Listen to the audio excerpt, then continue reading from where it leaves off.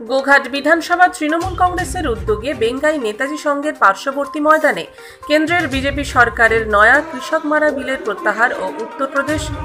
গুজরাট, বিহার ও মধ্যপ্রদেশ সহ বিজেপি শাসিত রাজ্যে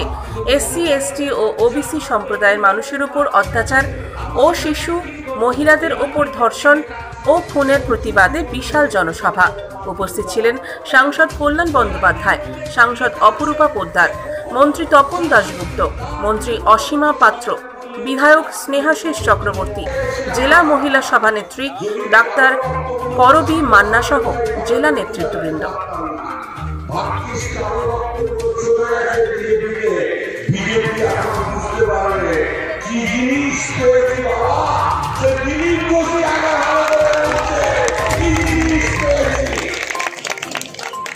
আর মানুষ কিন্তু বুঝে গেছে, বাংলার মানুষ কিন্তু বুঝে গেছে যে সারা